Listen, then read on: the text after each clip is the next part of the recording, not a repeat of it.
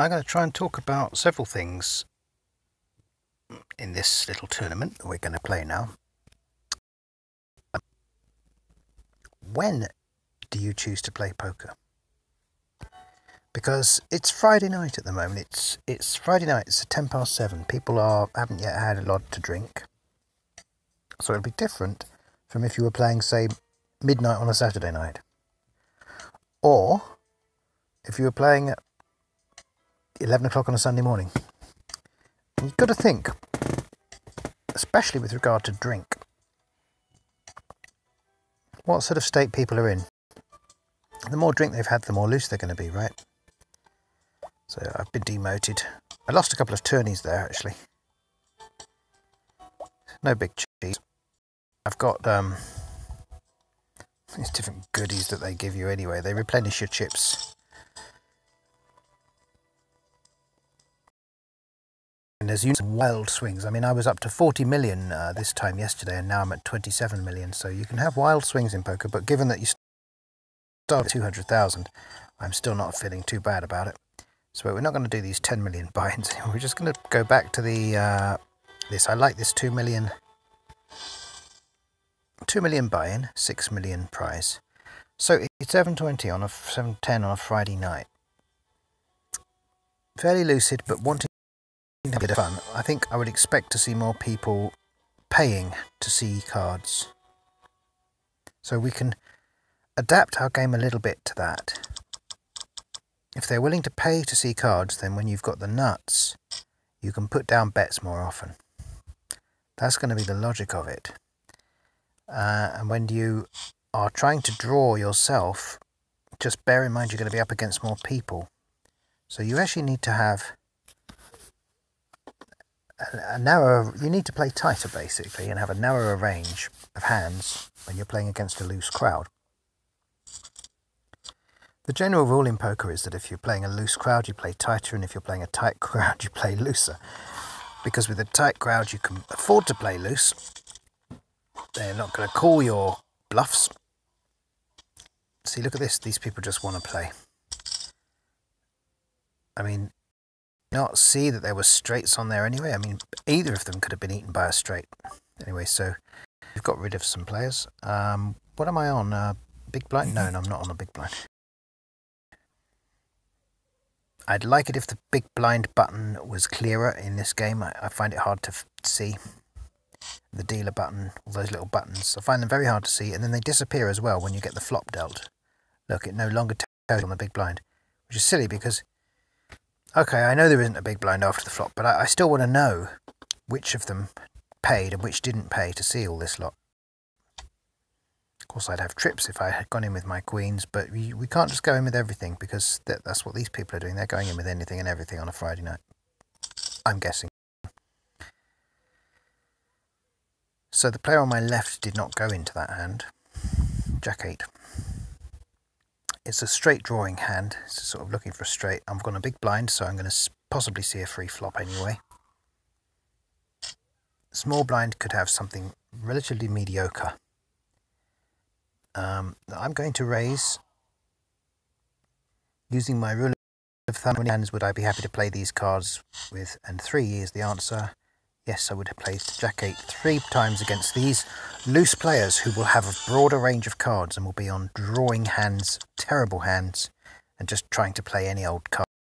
As you see, they both folded there, which was quite extraordinary. Now they've raised up there, so I'm just going to fold my 9-6, which was a flush and a straight drawing hand, but I don't need to be involved in these huge amounts at this early stage in a tournament.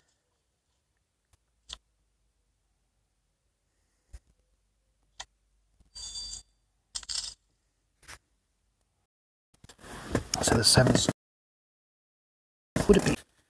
That's all good, Jerry. Where's the boat moving about? I can feel the boat moving around for some reason. Maybe it's just a bit of wind in the evening. Okay, Ajax, right, okay, so again, 3 times, because yes, I'd play this for 3 hands in a straight in a row. Definitely I would. I think I have to go all in. It's Ajax. If they've got Cowboys, I'm a bit behind. they can afford to go all in with something substandard because, oh look, king ace. There's my jack. It's looking good. Come on. That was a slightly lucky escape. You know, I was a bit distracted by looking at, oh, this is actually one of my favourite hands, so I think, but I'm just going to call it because I think that they might tilt anyway. Yeah, they're tilting.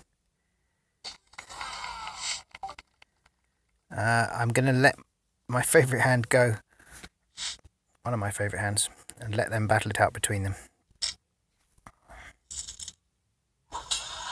They could have something this time.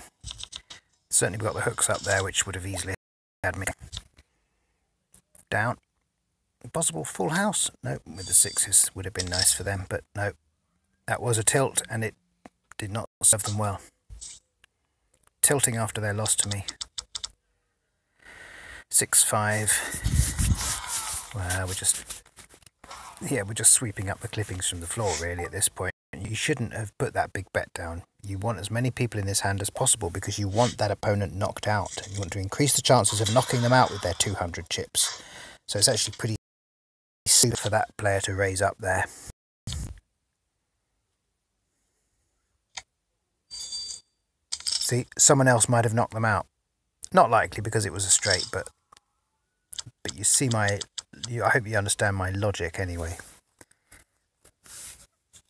Sometimes it does make sense to try and push other players out and just be heads up against someone who's got almost nothing left. But if you're in a tournament, you want them to get knocked out, so you want as many opponents up against them as possible. Good, you're going to knock them out now, so that's something.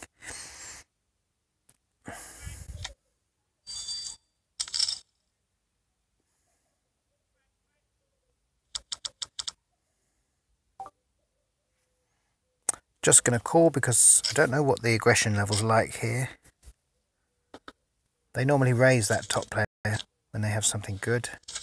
So I'm assuming they haven't got anything much good. They're on the small blind, so they've paid a small amount to see this flop. It's not a flop that serves my hand very well, so I'm just going to fold. I've still got lots of chips, so it's not a big deal. Need to be in second place to come away with the prize from the tournament.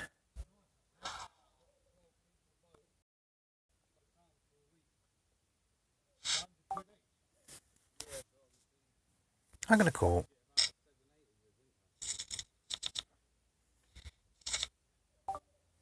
What's that one called?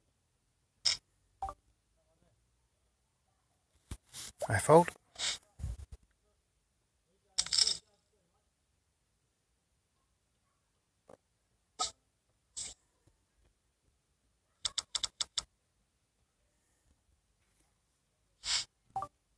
I fold. Now, in these tournaments on Hold'em and Fold'em, the blinds do rise quite rapidly. As you see, 2.4k pot there.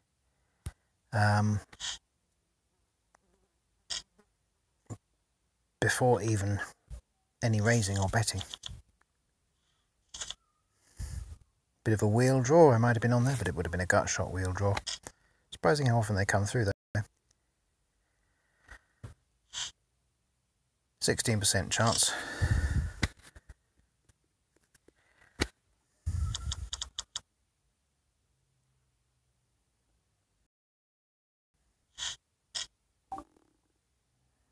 San Francisco waiter, I check. Again, it's this sort. I've got the 3 and I've also got the spade.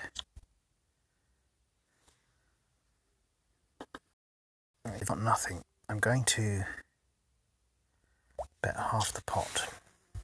They might fold. No, they're going to pay. Surprised. Are you going to pretend you've got a flush? I'm going to bet half the pot again.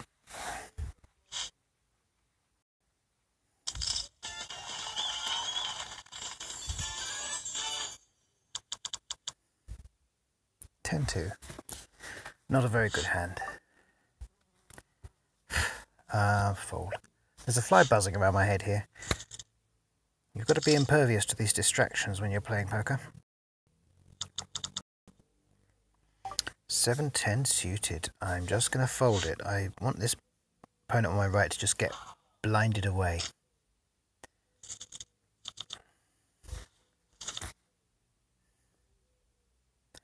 Top pair and an overcard is not actually bad, but there is a straight draw on there.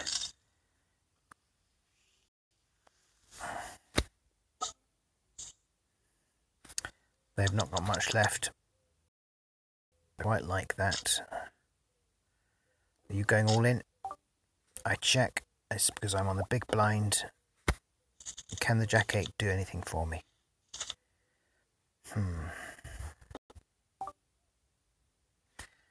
It's not doing a lot right now. I think a bet is going to come in the top right corner there. They're just going to try and push them out. And they're not going to fold because they're pot committed. Oh, they are going to fold. Okay, well then, I'm surprised because now they're leaving it. They've only got this last hand. They've got to go with whatever cards they get. But maybe they had absolute rubbish there. Oh no, one more till the big blind. I beg your pardon.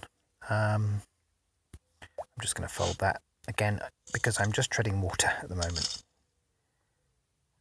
I don't mind being bled away as long as someone else is bled away before me. Queen 2. I'm going to fold and let them do the work because they can afford it. Go on. That's it.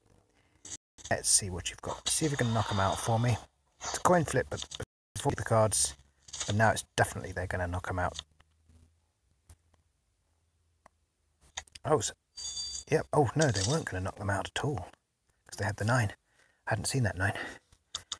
Okay, so now I'm in the money, so I'm okay. I can do crazy things like going all in, and I certainly will because I've got ace 2. In a heads-up position, ace 2's not bad, and certainly not bad now. I'm pretty much 100%, and it is 100% now. And suddenly, who's in charge? Who's the tool stack now? I go all in again. And because I'm hoping they're tilting with rubbish, 6-9 or something. Come on, show me your 6-9. 4 ace. Oh, not bad. Not bad. No 2 aces for you this time, though it's 2 kings for me. And that one is over. Just a 4 there, like a slap in the face at the end. That 4 just to pair you up with something totally useless. Okay, psychology of poker.